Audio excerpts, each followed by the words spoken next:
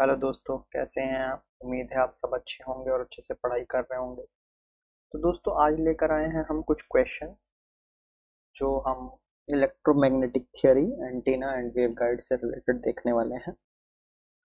अब देखिए, इसमें हम पहला क्वेश्चन क्या कह रहा है हमारा, which of the following is associated with the delay in transmission line? Options are amplitude distortion, non linear distortion, phase distortion and multipath fading. अब थोड़ा सा हल्का सा हम इसको समझते हैं कि ये है क्या। देखिए, पहले बात करेंगे हम एम्पलीट्यूड डिस्टॉर्शन की। अगर हम लीनियर सिस्टम की बात करें, अगर हम बात करें लीनियर सिस्टम की, ठीक है, जो ट्रांसफर फंक्शन है उसको किस तरह से हम लिखते हैं? देखिए, ट्रांसफर फंक्शन हम लिखते हैं, एक आपका एम्पलीट्यूड पार्ट हो गया और दूसरा आपका एंगल पार्ट हो गया। इस तरह से हम लिखते हैं ट्रांसफर फंक्शन को, ठीक है। अगर ओमेगा क्या है? Angular frequency. क्लियर है? अब एम्पलीट्यूड डिस्टॉर्शन के लिए क्या कंडीशन है? जो ये आपका एम्पलीट्यूड पार्ट है, इसका जो मॉड है, अगर वो कांस्टेंट नहीं है, अगर वो कांस्टेंट नहीं है, किसके लिए? फॉर ऑल ओमेगा, तो इसको हम बोलते हैं, तब क्या होगा? हमारा एम्पलीट्यूड डिस्टॉर्शन होगा, एम्पलीट्यूड डिस्टॉर्शन। क्लियर है आपको? ये बात समझ आई? ठीक है। अब देखिए, साथ के साथ ही फेस डिस्टॉर्शन हम देख लेते हैं। हम देखते हैं फेस डिस्टॉर्शन की अगर हम बात करें, तो जो हमने ये लीनियर सिस्टम लिया है, ठीक है, जो डिले है, अब देखिए डिस्टॉर्शन कैसे होगा। जो जो आपका ये थीटा ओमेगा है, अगर ये ओमेगा टाउ के इक्वल नहीं, फॉर ऑल ओमेगा है ना, फॉर ऑल ओमेगा, तो इसका मतलब क्या है? यहाँ पर हमारा डिस्टॉर्शन, फेस डिस्टॉर्शन होने वाला है।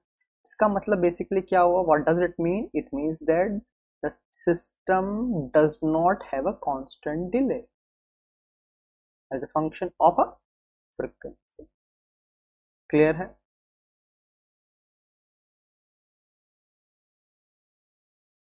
क्लियर है? ठीक है। अगर ऐसा है, हमारा ये कंडीशन हमारी बन रही है, तब इसका मतलब ये है कि constant delay function of frequency नहीं। क्लियर? अब देख, हम बात करते हैं non linear distortion. It occurs, अगर नॉन लीनियर डिस्टॉर्शन की हम बात करें, it occurs when the system includes non linear element. कब होगा? जब हमारा नॉन लीनियर एलिमेंट हम यूज करते हैं। ये आपने सब सिग्नल सिस्टम में पढ़ा होगा, linear system, non linear system, है ना, linear element, non linear element. कहीं कहीं हम इलेक्ट्रिकल, जो बेसिक इलेक्ट्रिकल हमारा है, उसमें भी हम यूज करते हैं। आपने नेटवर्क थ्योरी पढ़ी होगी, वहां भी आपने लीनियर और नॉन लीनियर पढ़ा होगा, ठीक है। सिग्नल सिस्टम में भी हम बात करते हैं फेज की और एम्पलीट्यूड की, और सिग्नल सिस्टम में भी बात करते हैं, कंट्रोल सिस्टम में भी करते हैं, ठीक है। तो ये बहुत अलग चीज नहीं है, ये वही है। देखिए, सिस्टम क्या है, आप उसको कंट्रोल में पढ़ें, आप उसको नेटवर्क में पढ़ें, सिस्टम सिस्टम की तरह ही वर्क करेगा। क्लियर? क्लियर है? The output signal is not exactly proportionate to the input signal and harmonics are generated. तो इस नॉन लीनियर केस में क्या होते हैं? हार्मोनिक्स जनरेट होते हैं, हार्मोनिक्स जनरेटेड, ठीक है। अब अगर हम मल्टीपाथ फेडिंग की बात करें, what does it mean? Multipath fading की अगर हम बात करें, it is a type of degradation that occurs in radio communication. तो बेसिकली एक तरह का ये क्या है? Degradation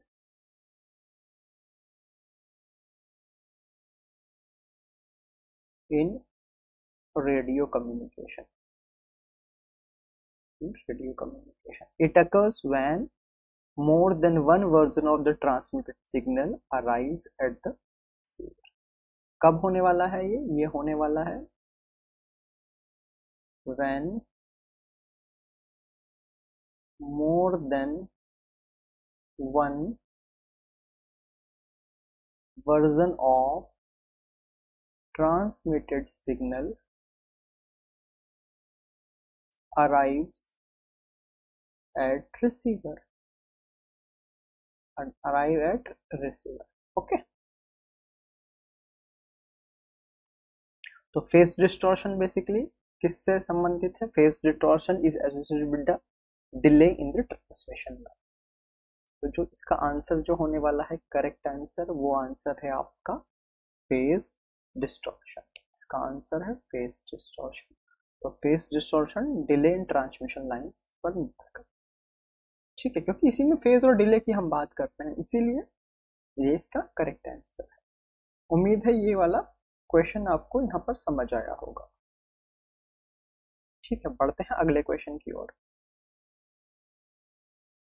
What next question says,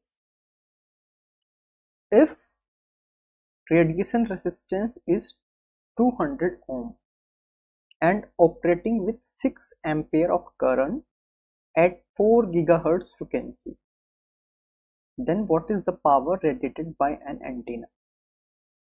ठीक है, पावर हम निकाल रहे हैं, कितना रेडिएटेड पावर आना है। अब पहले तो थोड़ा सा समझिए, कुछ टर्मिनोलॉजी है हमारी जिनका मतलब हमें समझना जरूरी है। अगर हम रेडिएटेड पावर की बात करें, रेडिएटेड पावर जनरली P से डिनोट करते हैं। what is it?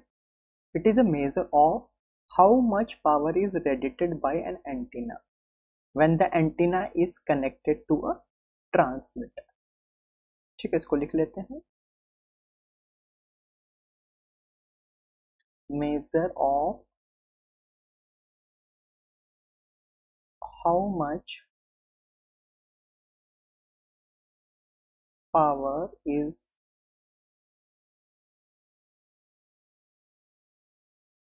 radiated by an antenna when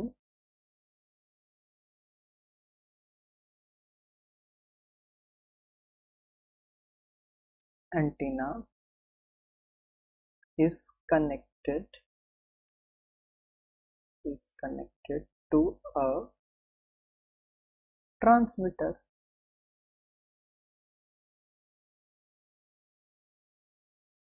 okay guys, clear? आपको ये समझ आया?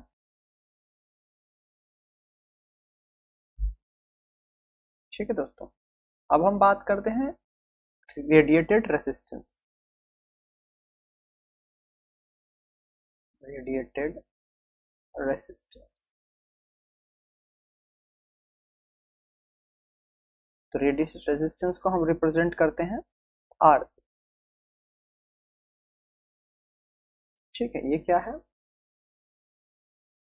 It is the component of antenna resistance that accounts for the power radiated into space and is equal in ohms. Power radiated by an antenna is generally calculated by same formula what is we generally used in electrical, that is I square R. Okay, so what we will write in radiated resistance, it is a component of antenna resistance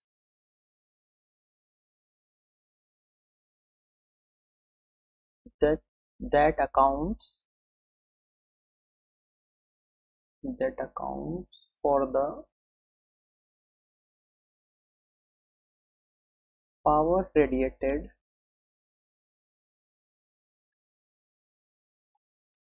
into space. Okay, तो अब पढ़ते हैं हम question पर, वापस आते हैं कि क्वेश्चन क्या कह रहा है मेरा, इसको सॉल्व करते हैं। अब देखिए, सिंपल है क्वेश्चन, कुछ नहीं है इसमें बहुत ज़्यादा करने को। देखिए जो पावर रेडिएटेड है किसी भी एंटीना का वो सेम फार्मूला हम निकालते हैं आई स्क्वायर आर, अगर आई और आर दिया हुआ है। तो अगर यहाँ हम इस केस में देखें आई ऑलरेडी मेरा गिवन है, तो 6 का square multiply by R, already 200 मुझे गिवन है, तो 200, so it will come 36 multiplied by 200 and that will come 7200 watt. So that is the radiated power. Correct answer is option A. ठीक है दोस्तों, थोड़ा सा डेफिनेशन इसलिए बता दिया कि थोड़ा सा पता होना चाहिए टर्मिनोलॉजी क्या है। अगर आपने नहीं पढ़ा है और आपने पढ़ा है तो आप ऑलरेडी जानते हैं, और अगर आप चाहते हैं कि आप ये टर्मिनोलॉजी डिटेल में जाने, ये सब्जेक्ट डिटेल में पढ़ें, तो हम वो भी आपके लिए वीडियो लेकर आ सकते हैं। चलिए पढ़ते हैं अगले क्वेश्चन की ओर। Next question, the real part of a propagation constant shows. Option are attenuation constant, phase constant, reduction of only voltage amplitude, variation of voltage and current on basic unit. दोस्तों आपने स्किन इफेक्ट पढ़ा होगा, है ना? तो अगर आपने वो पढ़ा है तो आप ऑलरेडी इस क्वेश्चन को इजिली कर देंगे। ठीक है, क्लियर है? चलिए आंसर इसका है, आंसर 1 है, अटेन्यूएशन कांस्टेंट। ठीक है,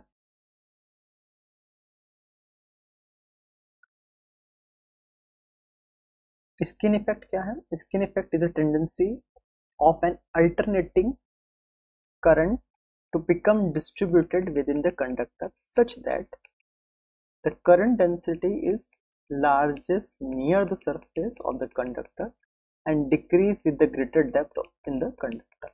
ये हमें ऑलरेडी पता है ना? Clear?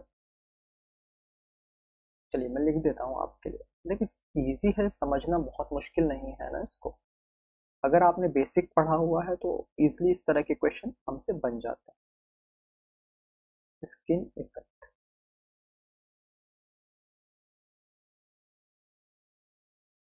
it is tendency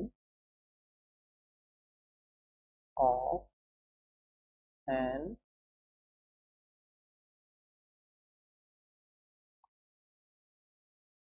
alternating electric current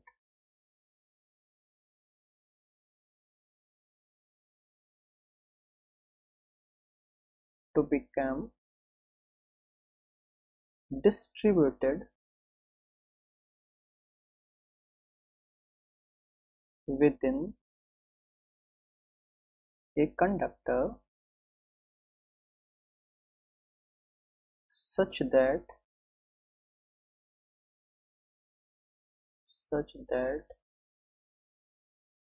current density is largest near the surface of conductor and decreases with greater depth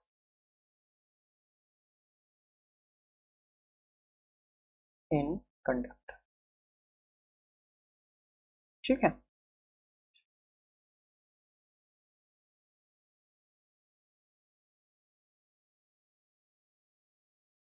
clear दोस्त? अब देखिए एक इम्पॉर्टेंट फैक्ट आप जानिए, उसको मैं लिख देता हूँ। Electric current flows mainly at the skin of conductor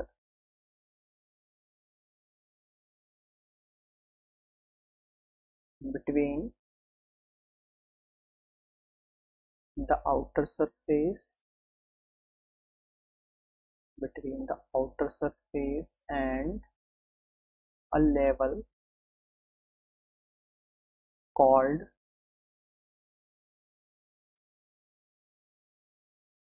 skin depth. ठीक है, यानी कंडक्टर, अगर ये मान लीजिए ऐसे समझिए कि ये आपका कंडक्टर हो गया, तो सरफेस और एक एक पर्टिकुलर डेप्थ मान लीजिए वहां तक ही करंट फ्लो होता है, बीच में करंट नहीं फ्लो होता। और जो स्किन डेप्थ है आपका, जो आपका स्किन डेप्थ है वो इन्वर्सली प्रोपोर्शनल होता है एटीन्यूएशन कांस्टेंट।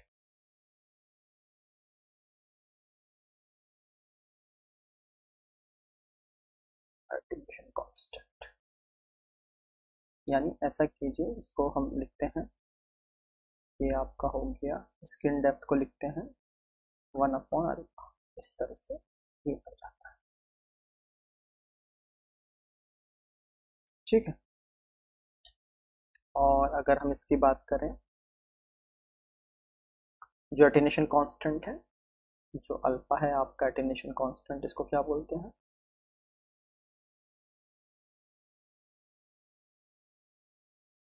एटीन्यूएशन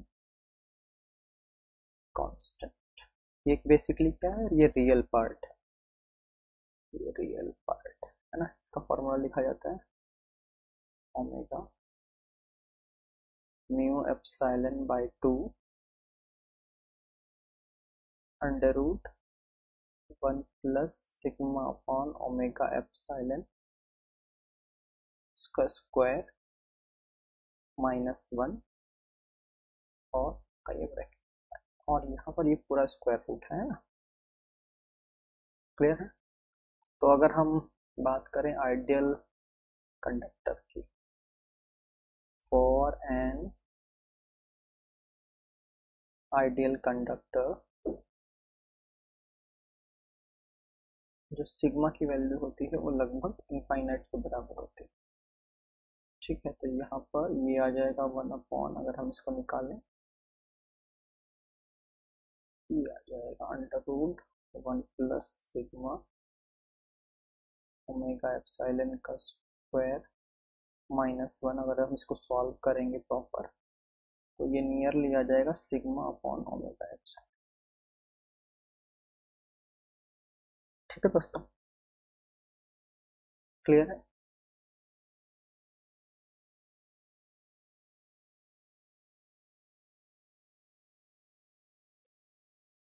उम्मीद है ये वाला पोर्शन आपको यहाँ पर समझ में आया होगा।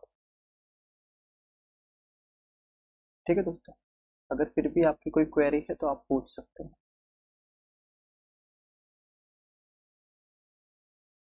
देखिए, गुड कंडक्टर के लिए इसलिए होगा कि जो सिग्मा अपॉन, जो सिग्मा की वैल्यू है वो 1 से बहुत ज़्यादा होती है ना। तो जब 1 से बहुत ज़्यादा होती है तो वो सिग्मा अपॉन इसके बराबर ही लगभग आता है आपका। क्लियर है?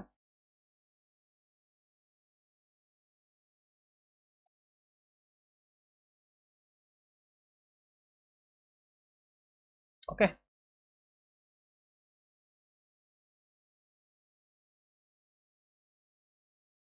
देखिए थोड़ा सा ऐसे देख लेते हैं, चलिए। अब आप ऐसे समझिए इसको, अल्फा हमने लिख लिया है 1 प्लस सिग्मा ओमेगा एप्सिलॉन का स्क्वायर -1। ठीक है, अब जो सिग्मा की वैल्यू है गुड कंडक्टर के लिए वो बहुत 1 से काफ़ी बड़ी है। ठीक है, तो अगर हम इसको इसका अप्रोक्सीमेशन करेंगे तो ये अप्रोक्सीमेट होके हमारी जो वैल्यू हो जाएगी वो सिग्मा अपॉन ओमेगा एप्सिलॉन हो जाएगी। स्क्वायर रूट से यहाँ ये हट जाएगा, और ये क्योंकि 1 से बहुत ज़्यादा है तो इसी को आप मेजर पोर्शन मान लीजिए, और उसमें से कुछ माइनस होगा तो वो भी इनसिग्निफिकेंट हो गया, तो ये वैल्यू हमारी यहाँ पर आ जाएगी। ठीक है,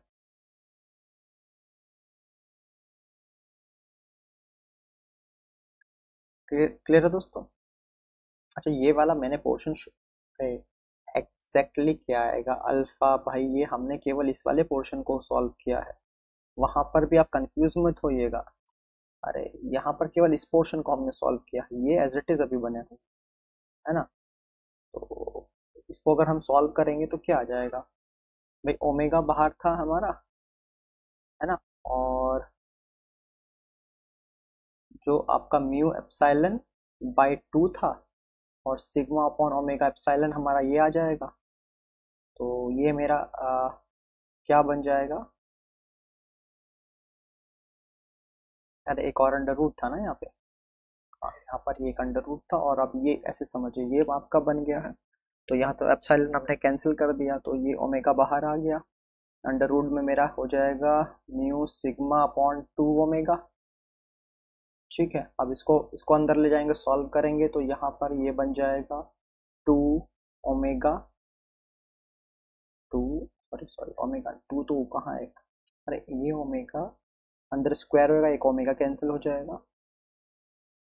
अगर ये देखिए ये अंदर जाएगा तो यहाँ पर स्क्वायर हो जाएगा, यहाँ से एक ओमेगा कैंसिल हो जाएगा, तो ओमेगा म्यू एप्सिलॉन बीच नीचे बचेगा 2, ये एक्जैक्टली आएगा आपका अल्फा की वैल्यू। ठीक है, आप कंफ्यूज मत होइए, ये जो हमने लिखा ये अप्रोक्सीमेशन करने के लिए, मैंने सिर्फ आपको समझाने के लिए लिखा था। आपकी अल्फा की वैल्यू यहीं से आने वाली, इसी को हमने ये वाला जो पोर्शन है इस वाले पोर्शन को हमने केवल वो कर रहे हैं हम। ठीक है, इस वाले पोर्शन को केवल हम आपको समझाने की कोशिश कर रहे हैं, है ना। क्लियर है, चलिए इसको मैं थोड़ा सा ना क्लियर कर देता हूँ, तो थोड़ा सा समझ में भी नहीं आएगा, है ना, गलत भी लगेगा। अब देखिए केवल जो ये इस पोर्शन को मैंने यहाँ पर, अब ओके है, नाउ इट इज ओके। यहाँ पर इस पोर्शन को हमने अप्रोक्सीमेट किया क्योंकि इसकी वैल्यू बहुत ज़्यादा है, तो ये हमने ये वाला पोर्शन नेग्लेक्ट कर दिया, और इसका स्क्वायर को जब हम अंडर रूट से ये हट जाएगा, और वन भी क्योंकि नेग्लेक्ट इसलिए हो जाएगा क्योंकि ये बहुत ज़्यादा है, तो कुछ सब्ट्रैक्ट करेंगे तो वो कुछ आएगा भी नहीं, इसलिए ये वैल्यू आ गई। ठीक है, तो ये अप्रोक्सीम ये, अब इस वैल्यू को आप देखिए यहाँ पर वैल्यू आपने पुट कर दी, तो यही वैल्यू मैंने यहाँ पर रखी है, ये ओमेगा बाहर है, इसको अंदर ले जाएंगे तो ये वैल्यू आ जाएगी। क्लियर है, अब देखिए स्क्रीन डेप्थ का प्रॉपर फॉर्मूला आने वाला है ना। तो अगर मैं यहाँ से इसे प्रॉपर निकालूं, इसको मैं 2 पाई f0 लिख लेता हूँ।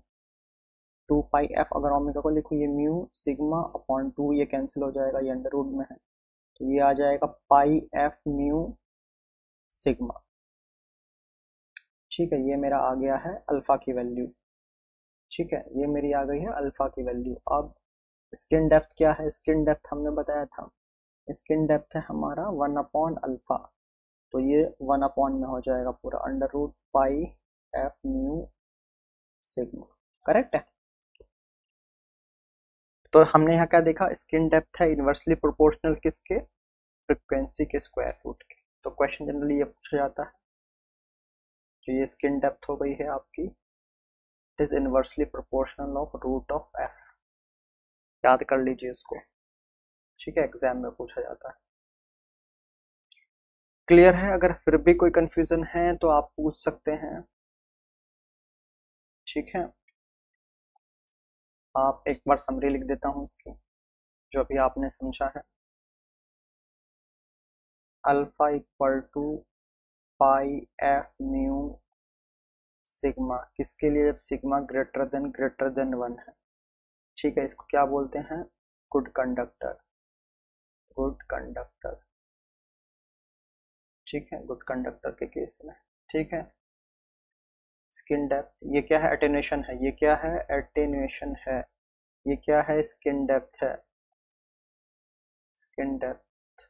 ठीक है, इसकी वैल्यू 1 ये होती है, तो अंडर रूट यहाँ पर आ जाएगा पाई एफ म्यू सिग्मा।